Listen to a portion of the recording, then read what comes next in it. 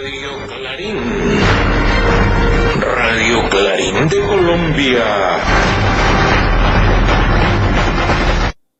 Buen día, apreciada audiencia. De nuevo con el noticiero Radio Clarín de Colombia de hoy 3 de noviembre del año 2023. Hoy tenemos noticias desde Colombia. Estos son nuestros titulares. Transición energética si se quiere superar la crisis climática. Que no hayan migrantes, no permitir más la masacre israelí contra los palestinos. Presidente Gustavo Petro durante la gira internacional en USA. Avanza el sistema Regiotran de Occidente que revolucionará la movilidad del país. A las puertas de victoria compartida. Defienden a Cuba. Renuncia alto comisionado de la ONU. Cementerio de niños. Rompen relaciones con Israel, cierran filas contra masacre en Gaza, detengan los ataques, genocidio y sus responsables. Esos son los titulares del día de hoy. Disculpen, dije que solo desde Colombia, tenemos también desde Latinoamérica y un poquito más allá del lado del charco. Estos son ya pues los titulares del día de hoy. También tuvimos que la semana en que estamos hubo la intervención del presidente de la República de Colombia, Gustavo Francisco Petro Urrego, donde hace una afirmación en respecto a la transición energética, si se quiere superar la crisis climática, que no hayan más migrantes, pero no matándolos, ¿no?, sino impidiendo o acabando las causas que generan las migraciones, lo que quiere decir el presidente de los colombianos. No permitir más masacres en Israel contra el pueblo palestino. Y también, esto fue el presidente Petro durante la gira internacional y estas son las palabras que dijo estando en Washington. Así pues, que escuchémosle. Miró esta asociación que viene construyéndose desde hace un tiempo entre América del Norte, América Latina, básicamente alrededor del tema descarbonización, el gran potencial que tiene América del Sur en energías limpias y el gran aporte que podría hacerle a la existencia misma en el planeta si esa energía puede ser llevada vía cable, vía barcos hacia los Estados Unidos para ayudar a la transición energética en los Estados Unidos, que es fundamental si se quiere superar la crisis climática. Estados Unidos tiene hoy unos 600.000 millones de dólares para financiar su programa de transición energética, que si en lugar de invertirse al interior de los Estados Unidos, se invirtiesen aprovechando las ventajas de América del Sur, eso daría una prosperidad en el sur, de tal manera que el migrante pueda tener sus derechos en su lugar de origen, que es la mejor manera para que no haya migrante, sí, para que las gentes se queden en su propio país. La reunión obviamente no tenía ese eje, pero lo metimos. Yo mismo le dije al presidente Biden que no se podía seguir permitiendo la masacre, la ruptura del derecho internacional que hoy estamos contemplando produce más violencia, más barbarie y la destrucción democrática. No hubo respuesta porque ese no era el tema de la reunión, pero dejamos constancia frente a él de nuestra posición. Con el futbolista expresé toda la información que tenemos de manera reservada en ese momento, ya es pública, la autoría del ELN, lo cual significa que el ELN hoy es el responsable de la vida del papá de Luis Díaz, ha hecho un acto que va contra el mismo proceso de paz.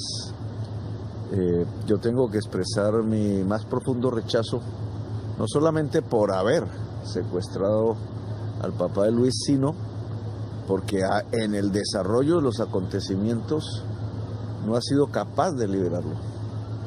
Hay una voluntad expresada por parte de los mandos del ELN de liberarlo cuanto antes, pero las horas pasan y en la medida en que el tiempo pase se torna muy peligroso las circunstancias en las que está el señor Díaz. Entonces, yo creo que primero el rechazo total a lo que ha hecho el ELN.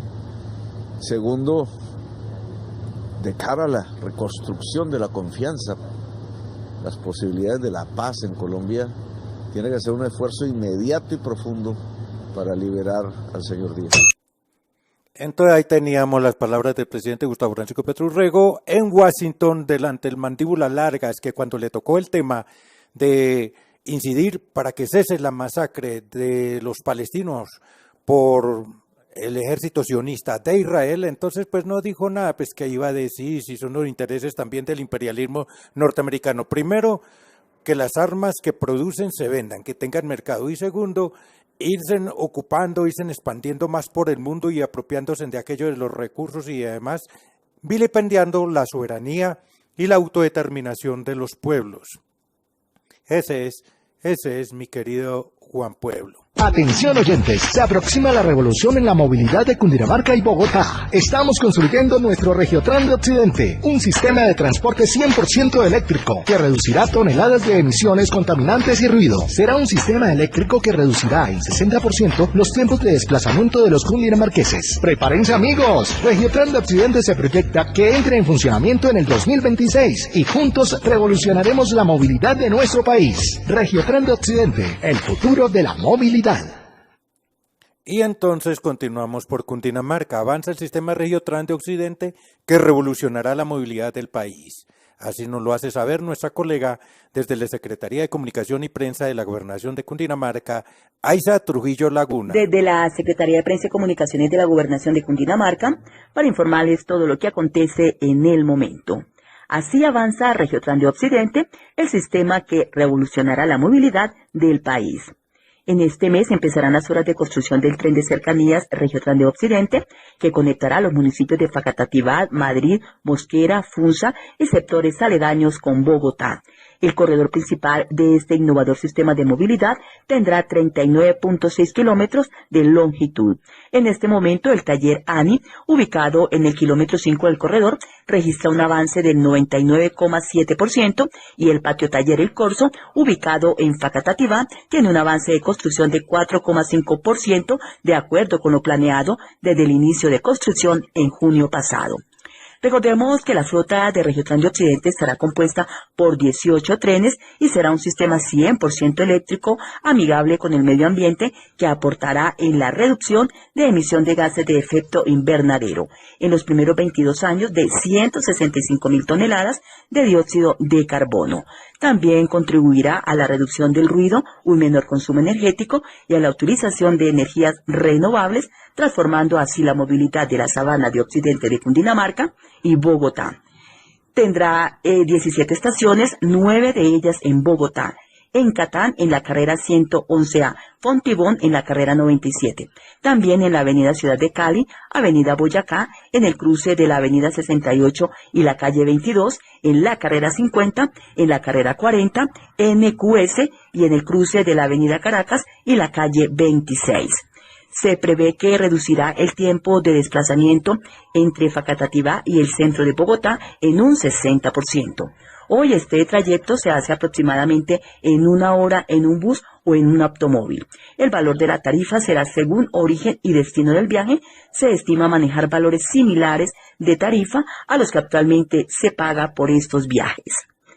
Desde la Secretaría de Prensa y Comunicaciones de la Gobernación de Cundinamarca, les informó Aiza Trujillo Laguna. Gracias, colega Aiza Trujillo Laguna en la Gobernación de Cundinamarca. Y nos vamos para Latinoamérica. A las puertas de la victoria compartida, defienden a Cuba, renuncia alto comisionado de la ONU, cementerio de niños, rompen relaciones con Israel, cierran filas contra masacre en Gaza, detengan los ataques, genocidio y sus responsables. Así muy al estilo de su noticiero Radio Clarín de Colombia, vamos con el siguiente segmento noticioso. Buenos días, Granma, a las puertas de una victoria compartida. En vísperas de la presentación ante Naciones Unidas del proyecto de resolución para ponerle fin al bloqueo, el embajador de Cuba en Venezuela, Dagoberto Rodríguez Barrera, abordó la maquiavélica actitud de la administración de Donald Trump.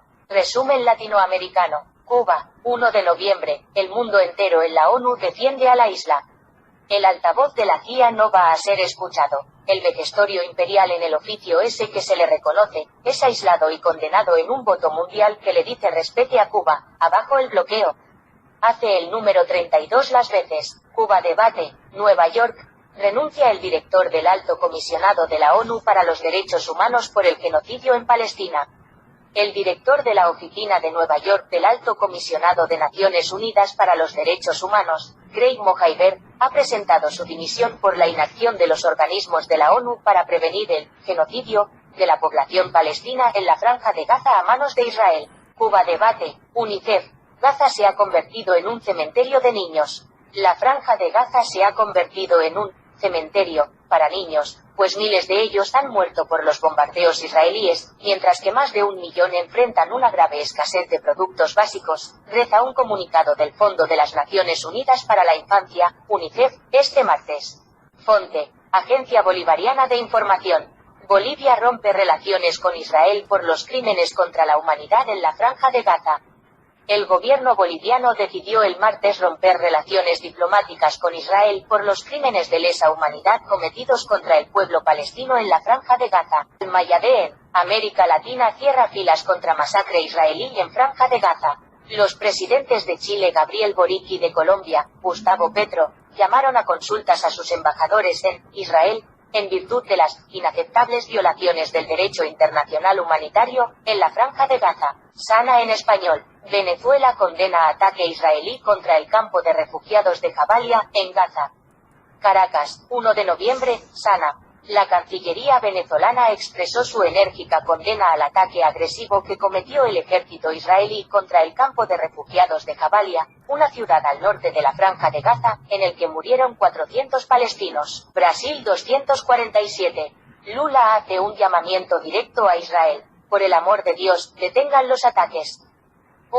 El presidente Lula hizo un emotivo llamamiento el martes, 31, para que Israel ponga fin de inmediato a los bombardeos sobre la Franja de Gaza, expresando su profundo pesar por los 3.000 niños palestinos que han perdido la vida.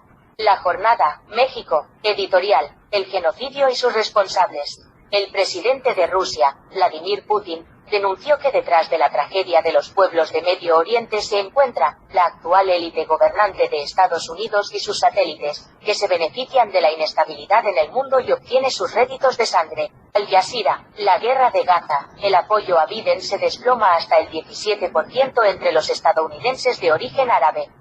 Una nueva encuesta muestra el creciente descontento de los árabes estadounidenses con el presidente en medio del apoyo incondicional de Washington a Israel.